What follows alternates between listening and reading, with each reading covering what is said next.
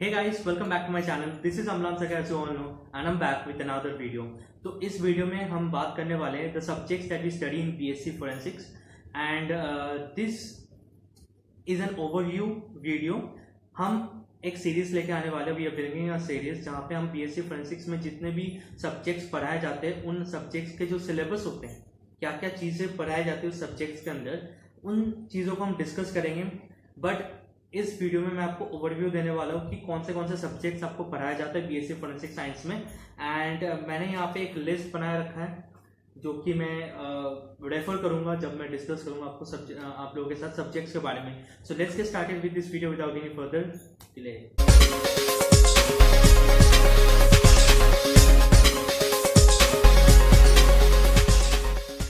तो गाइस, पहली जो चीज़ हमें all through out the BSc forensic science पढ़ाई जाती है वो है इंग्लिश की languages, English writing skills and communication skills के ऊपर जोर दिया जाता है. क्योंकि एज अ फोरेंसिक एक्सपर्ट जब आप अपनी रिपोर्ट लिखोगे तो you need a good command over English language so that you can write in appropriate way and appropriate manner. And जब आप कोर्ट में जाके अपनी एक्सपर्ट टेस्टिमनी दोगे तब भी आपका एक स्ट्रॉन्ग कम्युनिकेशन स्किल्स के ऊपर एक स्ट्रॉन्ग कमांड होनी चाहिए. तो इसलिए इंग्लिश के ऊपर थोड़ी सी फोकस दिया जाता है all through out the 3 years in your BSc forensic science. Next जो चीज़ हमें पढ़ाई जाती है वो basics of chemistry, inorganic and physical chemistry जो होते हैं उनके बेसिक्स के बारे में हमें पढ़ाया जाते हैं. उसके बाद हमें बेसिक्स ऑफ फिजिक्स के बारे में पढ़ाया जाता है. As you guys all know, forensic science is an application of all the scientific methods, चाहे वो फिजिकल हो, चाहे वो केमिकल हो, चाहे वो बायोलॉजिकल हो. तो उन सब की जो एप्लीकेशंस है उसको लेके होता है फोरेंसिक साइंस. एंड वो एप्लीकेशन कहाँ पे होनी चाहिए? For the purpose to serve justice. तो उस चीज़ के लिए हमें physics, chemistry, mathematics and biology हमको चारों चीज़ें पढ़नी होती है. तो हमें बेसिक्स ही पढ़ना होता है एंड उसकी जो एप्लीकेशन है फोरेंसिक साइंस में उन चीज़ों के ऊपर ज़्यादा फोकस करनी पड़ती है. तो इसीलिए basics of inorganic and physical chemistry पढ़ाया जाता है एंड बेसिक्स ऑफ फिजिक्स भी आपको पढ़ाए जाएंगे.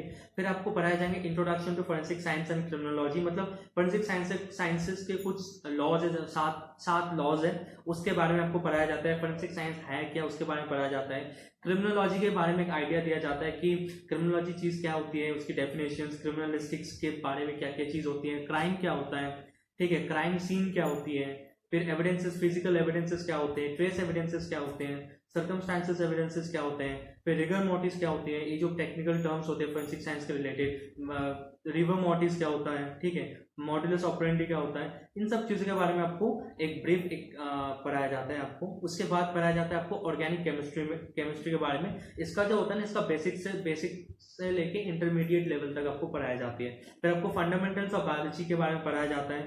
फिर आप पढ़ेंगे फोरेंसिक मेडिसिन एंड टॉक्सिकोलॉजी के बारे में. यहाँ पे आपको बेसिक से लेके इंटरमीडिएट तक पढ़ाया जाएगा एंड जो एडवांस लेवल होगा वो सारे आपको मास्टर्स में पढ़ने को मिलेंगे. यहाँ पे आपको आपका बेस क्लियर किया जाएगा एंड आपको टेक्निकल टर्म्स रिलेटेड जो है हर एक सब्जेक्ट के साथ फोरेंसिक साइंस के उसके बारे में आपको उसके साथ आपको रूबरू कराया जाएगा. तो फोरेंसिक मेडिसिन एंड टॉक्सिकोलॉजी के बारे में पढ़ाया जाएगा. फिर आपको पढ़ाया जाएगा फोरेंसिक सेरोलॉजी के बारे में, ठीक है. फिर आता है साइबर फोरेंसिक्स. अब साइबर फोरेंसिक ना एक वास्ट फील्ड है, तो इसमें बहुत सारी चीज़ें आती है. बट आपको क्या क्या चीज़ें पढ़ाई जाएंगे? आपको पढ़ाए जाएंगे साइबर क्राइम्स के बारे में, साइबर लॉस के बारे में, मतलब डिजिटल एविडेंसेस क्या होते हैं उनके बारे में पढ़ाए जाएंगे. उनको कैसे हैंडल करते हैं, मतलब साइबर फोरेंसिक में इन्वेस्टिगेशन कैसे किया जाता है, उन चीज़ों के बारे में बताए जाएंगे, ठीक है. फिर आता है प्रोएक्टिव फोरेंसिक्स. प्रोएक्टिव फोरेंसिक ये होता है कि 2 टाइप के चीज़ें होती है, प्रोएक्टिव, एक रिएक्टिव. रिएक्टिव में होता है कि कुछ हो जाने के बाद आप काम करो. प्रोएक्टिव में होता है कि कुछ होने से पहले आपको एक थोड़ा सा अंदाजा है तो उसके पहले आप आप एक्शन लेना स्टार्ट कर रहे हो. तो वो चीज़ होता है प्रोएक्टिव फोरेंसिक्स. उसमें आपको फाइनेंशियल फ्रॉड, ऑडिट के बारे में भी पढ़ाए जाएंगे. बहुत सारी चीज़ें हैं यहाँ पे. फिर आता है आपका फोरेंसिक इंजीनियरिंग, पेट्रोलियम प्रोडक्ट्स और adulteration and examination of edible items. अब फोरेंसिक इंजीनियरिंग क्या होता है? ये फोरेंसिक इंजीनियरिंग जैसा होता है कोई भी डिस्ट्रक्शन हो गया, चाहे वो एक्सीडेंट केसेस हो गया, फिर मतलब किसी भी बिल्डिंग हो या ब्रिज हो वो गिर गया या फिर ब्लास्ट हो गया, तो उसमें उस चीज़ को स्टडी करने के लिए, उसको रिकॉन्स्ट्रक्ट करने के लिए आपको फोरेंसिक इंजीनियरिंग की जरूरत होती है। पेट्रोलियम प्रोडक्ट्स होते हैं, जो आपके पेट्रोलियम प्रोडक्ट्स हो गए, केरोसिन हो गया, ऑयल हो गया, पेट्रोलियम हो गया, डीजल हो गया, इनमें एडल्ट्रेशन हो रही है कि नहीं हो रही है, इन सब चीज़ों के बारे में आपको पढ़ाया जाता है। And examination of edible item, जो हम खाते हैं उसमें कुछ मिलाया गया है कि नहीं, वो जो एडिबल आइटम है वो सही तरीके से मतलब बनाया है कि नहीं, मतलब कुछ होता है ना केमिकल वेमिकल डाल के उसको पकाया जाता है, जैसे बहुत सारे फ्रूट्स होते हैं उसको समय से पहले पकाया जाता है, मतलब उसको राइप किया जाता है यूजिंग सम केमिकल्स। तो उन चीज़ों को हम एग्जामाइन करते हैं forensic examination of edible items में, क्या क्या उसमें एडल्ट्रेशन ऐड की गई, क्या क्या केमिकल सब्सटेंसेस वहाँ पे ऐड करी गई है। फिर हम पढ़ते हैं स्टैटिस्टिक्स के बारे में एंड रिसर्च मेथोडोलॉजी। स्टैटिस्टिक्स एक बहुत ही बड़ा इंपॉर्टेंट हिस्सा है इस फोरेंसिक साइंस के, क्योंकि यहाँ पे आपको बहुत स्टैटिस्टिकल मेजर्स के बारे में मेजर्स के साथ काम करने होंगे, ठीक है। फिर रिसर्च मेथोडोलॉजी के बारे में आपको इसलिए पढ़ाया जाता है क्योंकि अगर आगे जाके जब आप किसी भी रिसर्च करोगे तो रिसर्च करना कैसे होता है वो भी एक आर्ट है, ठीक है। ऐसा नहीं कि कुछ भी सोच लिया कैसे भी मन किया तो रिसर्च कर लिया, ऐसा नहीं होता है। तो वहाँ उसका एक प्रॉपर मेथोडोलॉजी होता है कि कैसे आपको आइडेंटिफाई करना है कि आपको किस फील्ड में रिसर्च करनी है, उस फील्ड के अंदर किस टॉपिक में करना है, फिर कैसे आगे बढ़ना है, फिर उस रिसर्च को कैसे डॉक्यूमेंट करना है, उसका एक पूरा प्रोसीजर होता है, तो उसके बारे में आपको पढ़ाया जाता है। फिर हम पढ़ते हैं फोरेंसिक साइकोलॉजी के बारे में, जो मतलब साइकोलॉजी एक बहुत ही बड़ा फील्ड है अपने आप में, उसमें एक पार्ट होता है फोरेंसिक साइकोलॉजी, तो उसके बेसिक्स के बारे में आपको पढ़ाया जाएंगे। फिर हम पढ़ते हैं बैलिस्टिक्स के बारे में। अब बैलिस्टिक भी बहुत ही बड़ा फील्ड है अपने आप में, तो उसमें हम क्या पढ़ते हैं, उसमें हम पढ़ते हैं बैलिस्टिक्स के मतलब जो गन्स होते हैं, कितने प्रकार के गन्स होते हैं, फिर गन्स के पार्ट के बारे में पढ़ते हैं, फिर बुलेट्स कितने टाइप के बुलेट्स होते हैं उसके पार्ट के बारे में पढ़ते हैं, फिर वो फायर कैसे होता है, फिर हम एक बुलेट से कैसे हम आइडेंटिफाई कर सकते हैं कौन से गन से वो फायर किया गया है, तो इन सब चीज़ों के बारे में हम पढ़ते हैं। फिर हम पढ़ते हैं इंस्ट्रूमेंटेशन टेक्निक्स के बारे में, physical, chemical and biological instrumentation techniques.